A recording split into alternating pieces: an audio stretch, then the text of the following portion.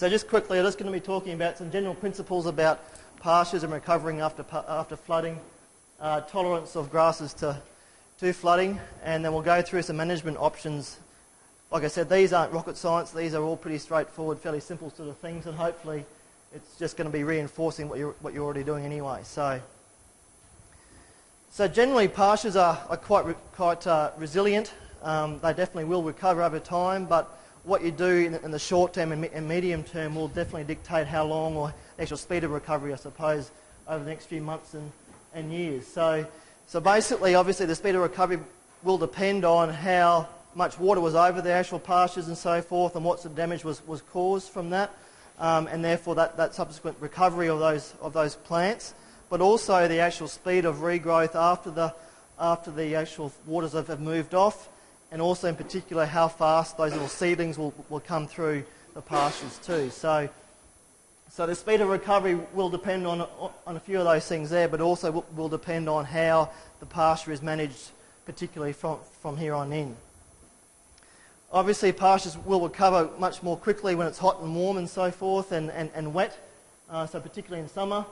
And pastures which are in good condition before the flooding or the big event will definitely recover quicker than those that have been flogged quite hard or have been decimated for some other reasons prior to. And that's primarily due to having a larger seed bank in the soil, so the more seed in the ground, the more recovery, all those seedlings will come through much quicker and faster and thicker. Possibly those pastures in good condition have had less flooding or are taller, therefore they mightn't have been underwater for as long. And they also should have more energy in their root systems and their crown systems and so forth, so they will recover quicker because they are healthier anyway to actually start with. And I think it's been pretty evident from my travelling around the last few weeks anyway that where pastures have a good body of feed beforehand are definitely recovering much quicker than those that are this high and sort of really struggling beforehand. So I suppose we've also had issues prior to the actual rainfall event that most pastures were quite dry. Obviously had a pretty hot dry spell beforehand, and many pastures have been grazed quite heavily. That's just what happened, unfortunately. But the ones that have been are in good condition right from the start are definitely going to be recovering much quicker. So tolerance of grasses to flooding and also silt and so forth across them. There is differences in species with their tolerance to flooding. Many of you will know that buffalo grass will only survive a couple of days being underwater and so forth. I think Gatton panics or green panics are fairly similar. So whereas the bambatses or the florin blue grasses, those grasses which can tolerate plenty of water and those heavier soil types will definitely recover much quicker and will definitely tolerate a lot more water over them. Silt's obviously a problem, and once the actual water's receded and the actual silt sort of remains, that's going to be a problem for all grass species really. It's going to sort of starve the plant for light and oxygen and so forth, and that's just going to be an issue that we'll just have to manage and deal with. Hopefully if there's been some rainfall afterwards that might wash the actual silt off, but as you know there hasn't been much of that since the last event anyway, unfortunately. So with that silt deposition and so forth and the slowing down of the actual grasses which are there, the soil seed bank is going to be pretty critical for seedlings to come back through and hopefully thicken the pasture back up again. Okay, so that's just some quick background sort of information. So what about the management options from here on in, so past or post the event? So the first one is about pasture spelling, and this might seem fairly simple and intuitive, and obviously it basically is, but we want to basically try and allow those grasses and pasture plants to regrow as fast as possible, for those seedlings to come through as quickly as possible as well if they are going to come through. And we want them to recover and regrow some leaves as fast as possible, obviously. So we need to, quite basically sort of match the stocking rate to the carrying capacity, so which again is quite simple and quite easy to understand.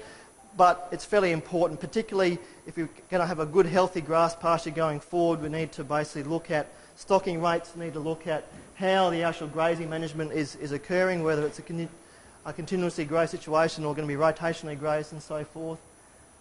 Need to match stocking rate to carrying capacity, and there's numerous ways of doing that, either selling cattle or gisting them or moving them into other paddocks. Maybe sort of feeding some cattle as well, or feeding in certain areas to try and rest those other areas.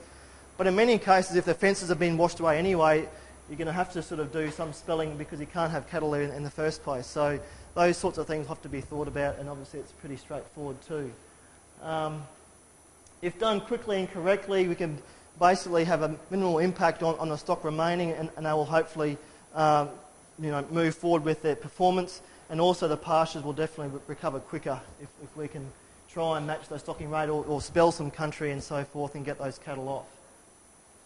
Past experience has shown with other floods in previous years that high density grazing does seem to help break up silt layers and the crusting of the soil, and that apparently can and does improve the germination of the seedlings or the seed in the ground to come through. So I think having some sort of rotational effect will definitely help. It might also help break up the actual silt on the plants as well with the cattle moving through and so forth like that. But and resting pastures is pretty critical. So obviously if you can allow those grasses to set some fresh seed and put that seed back in the ground, while some species do have some dormancy with that seed, so it won't germinate for another 6 or 12 months, other grass species do have much shorter sort of germination periods. So, but the critical thing is to, particularly if the pastures haven't really set seed in the previous summer or the summer beforehand, so the actual seed bank is low or old, having some fresh seed on the ground will definitely be advantageous to try and get there. So again, sort of managing the grazing pressure to do that's going to be critical. Controlling weeds, I think weeds was mentioned up here about weeds coming in. Most obviously that many weed seeds going to be transported through the water and so forth and might end up in your pasture. Those weeds, particularly if you're going to have very fast growing broadleaf weeds, they will definitely upset or slow down the recovery process from the existing plants, will definitely upset the actual germination and establishment of those young seedlings. So weed pressure is going to be a major issue, and one thing to actually look out for.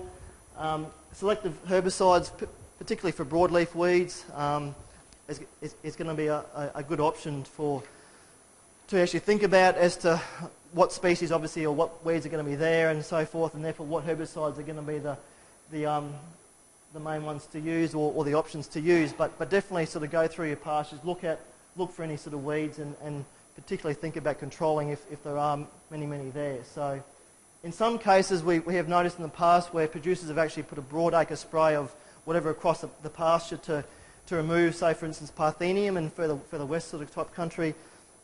That can be more effective than actually reseeding the pasture in itself. So herbicides can be a very valuable tool in the toolbox for going forward. What about reseeding the pasture? So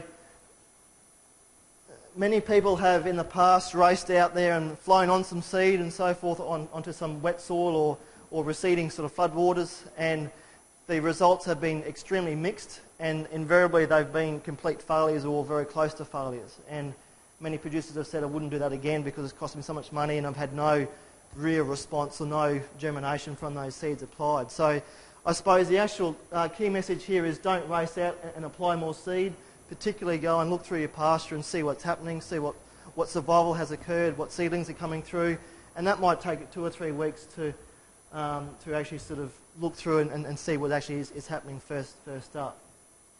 Reseeding can be very expensive. I mean, as we know, buffalo grass or other sort of pasture seeds are fairly expensive to go and buy, and you'll be putting on 2 or 3 kilos a hectare. I mean, that could be $20, $30, $40, $50 a hectare for seed alone. So it can be quite expensive, and particularly if there's already enough seed in the ground for some seedlings to come through. So, as I mentioned, flooded soils can be fairly poor seed beds for establishing a pasture, and that's due to the decaying debris with the sort of either stuff that's come through being transported there, or the silt and so forth. Their soils can be crusted over, and that's not going to be very good for seed soil contact to actually ply out some seed. So again, maybe some cattle intervention to create some sort of roughage or some sort of disturbance on the surface of the ground to create some sort of tilth might be a good thing to get some seed soil contact, and then go from there.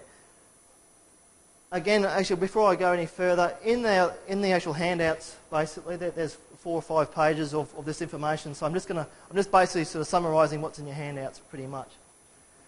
If there's less than one grass plant per 5 square metres, there's a rule of thumb. And no seedlings are emerging, so that's why we say go out there, go and check what's happening first before you go and reseed. Then reseeding could be the best option. So one plant in 5 square metres is not many plants, obviously, but if that plant can set some seed, put some fresh seed on the ground, that's going to be a good thing, and that's going to hopefully speed up that recovery much, much quicker. If you do want to reseed because there's nothing coming back, there's no seedlings at all, everything looks pretty well dead, consider putting a flood-tolerant grass species in your mix, such as a bambatsi or a florin bluegrass. Florin bluegrass is a very, very good grass, very productive grass, but it's probably the most expensive grass to buy though. It wouldn't be the most, but it's up there anyways, but it's a very, very good grass. Bambatsi has been around for some time, and most of you would know what bambatsi's like. I'm saying here avoid putting any sort of silk sorghum or other forage in with that mix, and that's just because those forages definitely rob moisture and nutrients from the perennial pasture species which you're putting in there, and that will definitely slow pasture recovery if the rainfall doesn't occur regularly after the event or after application. Consider putting in a perennial legume suitable for your soil type. Most critical to add some more nitrogen to our pastures to improve the grass growth. Ensure the seed is very high quality, so make sure you have a germination test when you go out and buy your seed, and make sure it obviously has good vigour as well. So definitely make sure all those sort of seed testing has been done on it.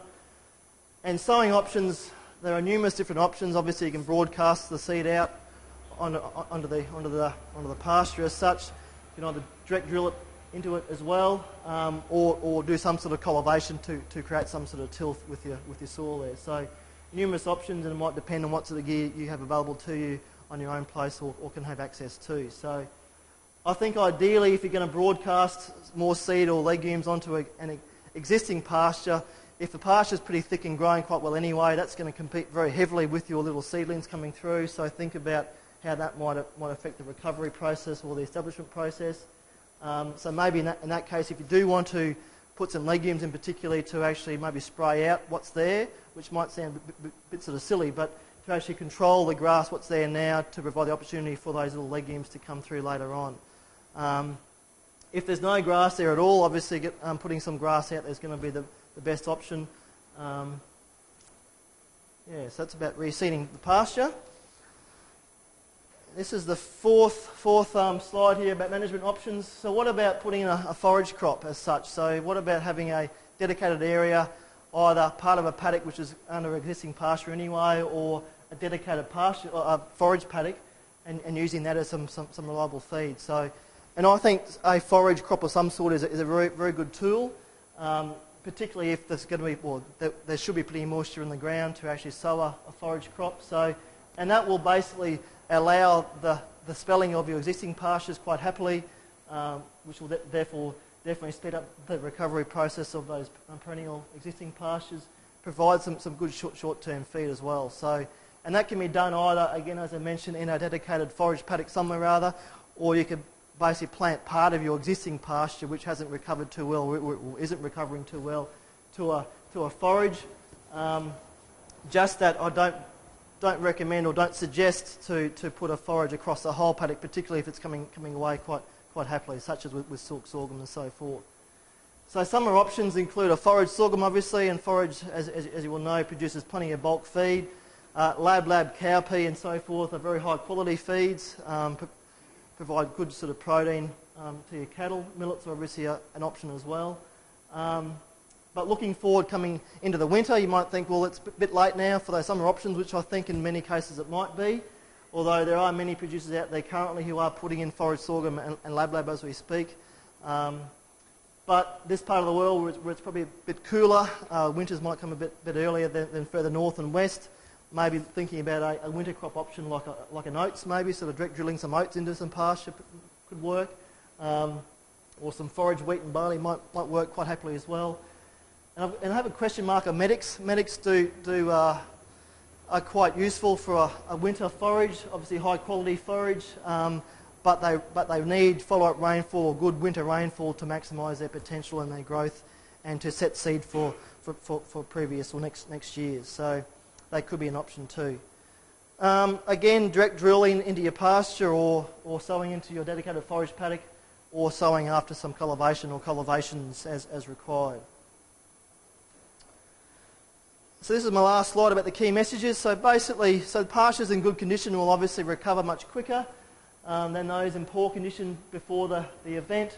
Adjust stocking rate. I know that's pretty intuitive, but it's very important to adjust stocking rate and assess the feed availability and stock appropriately, and obviously reassess your grazing management. You might want to rotate cattle around a bit earlier or quicker to provide some sort of tilth on the surface of the ground and that sort of thing, or try and upset or try and get rid of or reduce the actual silt on the plants themselves.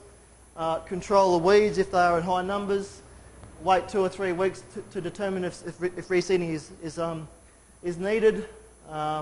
Healthy pastures that have recently set seed are unlikely to need reseeding again. Avoid the silk or forages in the pasture mix. Avoid flying on into reseeding waters. And a dedicated forage crop can be quite useful. So those are pretty much the key messages that I wanted to get across for a pasture-wise. So that's pretty much it.